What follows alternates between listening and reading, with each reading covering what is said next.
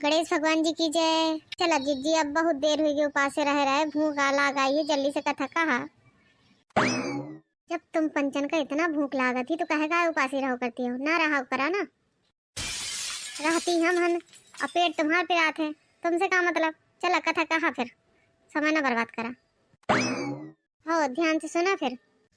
एक प्राचीन पौराणिक कथा के अनुसार सत्यवादी राजा हरिश्चंद्र के राज में एक कुम्हार रहा करता था। एक बार उसने बर्तन बनाकर आवा लगाया, पर बहुत देर तक आवा पका नहीं। बार बार नुकसान होता देखकर कुम्हार एक तांत्रिक के पास गया और उसने तांत्रिक से मदद मांगी। तांत्रिक ने उसे एक बालक की बलि देने के लिए कहा। उसके कहने पर कुम्हार ने एक छोटे बच्चे को आवा में डाल दिया। उस दिन संकष्टी चतुर्थी थी। उस बालक की मां ने अपने संतान के प्राणों की रक्षा के लिए भगवान गणेश से प्रार्थना की। कुम्हार जब अपने बर्तनों को देखने गया तो उसे बर्तन पके हुए मिले और साथ ही बालक भी सुरक्षित मिला। इस घटना के बाद कुम्हार डर गया और उसने राजा के सामने पूरी कहानी सुनाई। इसके बाद राजा ने बच्चे और अपनी माँ को बुलाया तो माँ ने संकटों को दूर करने वाली सकट चौथ की महिमा का गुणगान किया। तभी से महिलाएं अपने संतान और अब अपने परिवार की कुशलता और सौभाग्यता के लिए सकट चौथ का व्रत करने लगी। बोलो सकट मैया की जय। जय सकट माता की जय। गणेश भगवान की जय। जय गणेश भगवान की जय। जी एक तो कथा रहा है ना, देवरानी जेठानी की भी है माँ, तो वो सुना दिया। वो अत्ता सुना कथा, अब कहीं ज्यादा अच्छे से आवती तहीं सुना। तो तिल चौथ की एक कहानी और है, यऊ का ध्यान से सुनिया। एक शहर में देवरानी जेठानी रहो करती रहा। तो जेठानी अमीर थी और देवरानी गरीब थी।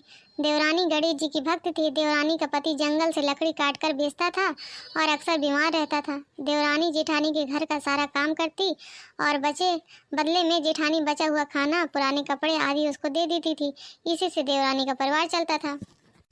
माघ महीने में देवरानी ने तिल चौथ का व्रत किया। 5 आने का तिल व गुड़ लाकर तिलकुटा बनाया। पूजा करके तिल चौथ की कथा सुनी और तिलकुटा छीके में रख दिया और सोचा कि चांद उगने पर पहले तिलकुटा, उसके बाद ही कुछ खाएगी। कथा सुनकर वह जेठानी के यहाँ चली गई।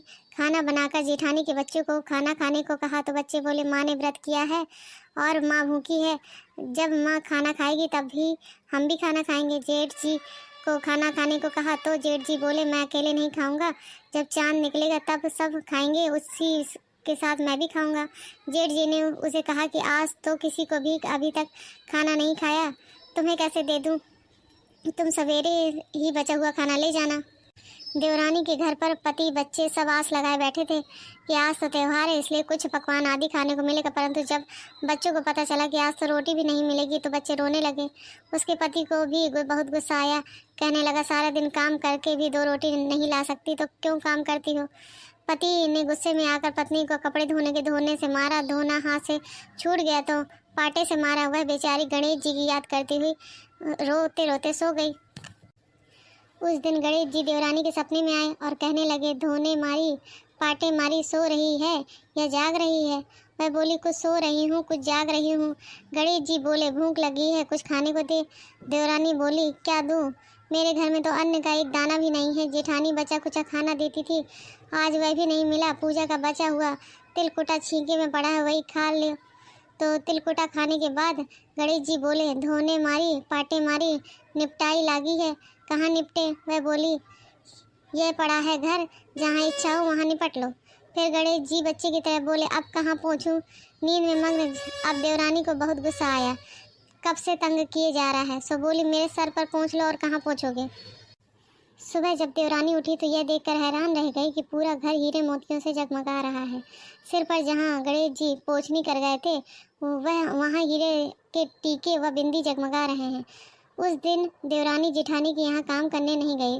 बड़ी देर तक राह देखने के बाद जेठानी ने बच्चों को देवरानी के को बुलाने भेजा। जेठानी ने सोचा कल खाना नहीं दिया इसलिए शायद देवरानी बुरा मान गई।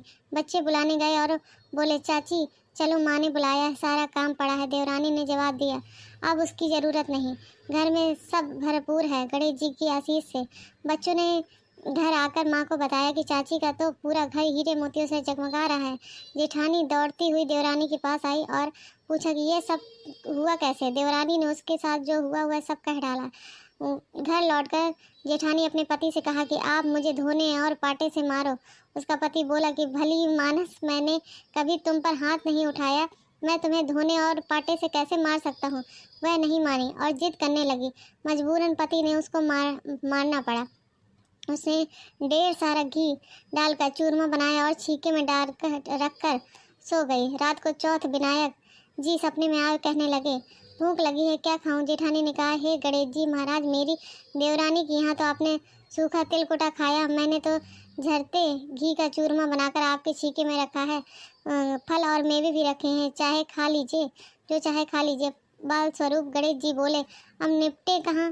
जेठानी बोली, यहाँ तो टूटी फूटी झोपड़ी थी और मेरे यहाँ तो कंचन के महल हैं, जहाँ चाहो निपटो। फिर गणेश जी पूछे, अब पूछो कहाँ। जेठानी बोली, मेरे ललाट पर बड़ी सी बिंदी लगाकर पोंछ लो। धन की भूखी जेठानी सुबह बहुत जल्दी उठ गई। सोचा घर हीरे जवाहरात से भर गया होगा, पर देखा तो पूरे घर में गंदगी फैली हुई है, तेज बदबू आ रही है। उसके सिर पर भी गणेश जी गंदगी लगी हुई है।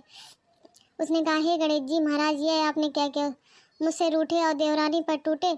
जेठानी ने घर और सफाई करने की बहुत सी कोशिश करी, पर गंदगी और ज़्यादा फैलती गई। जेठानी के पति को मालूम लगा तो वह बहुत गुस्सा हुआ। बोला, तेरे पास इतना सब कुछ था, फिर भी तेरा मन नहीं भरा। परेशान होकर चौथ के गणेश जी से मदद की विनती करने लगे। गणेश जी ने कहा, देवरानी से जलन के कारण तूने जो किया था वह उसी का फल है। अब तू अपने धन में से आधा उसे देगी, तभी यह साफ होगा।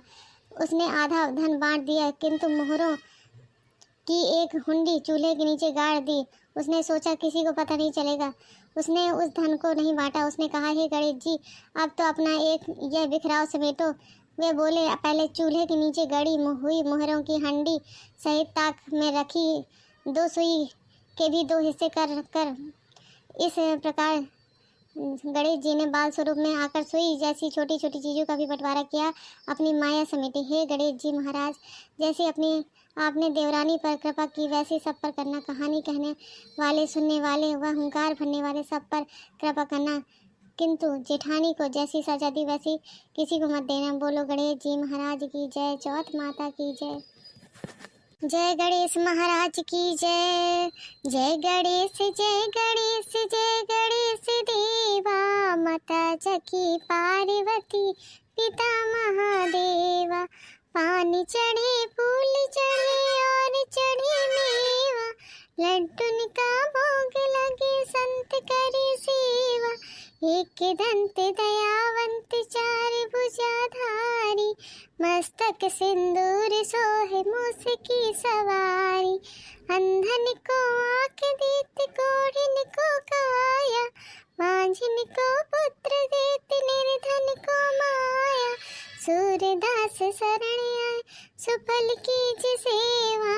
जय गणेश, जय गणेश, जय गणेश देवा। जय गणेश भगवान की जय, जय सकट महारानी की जय।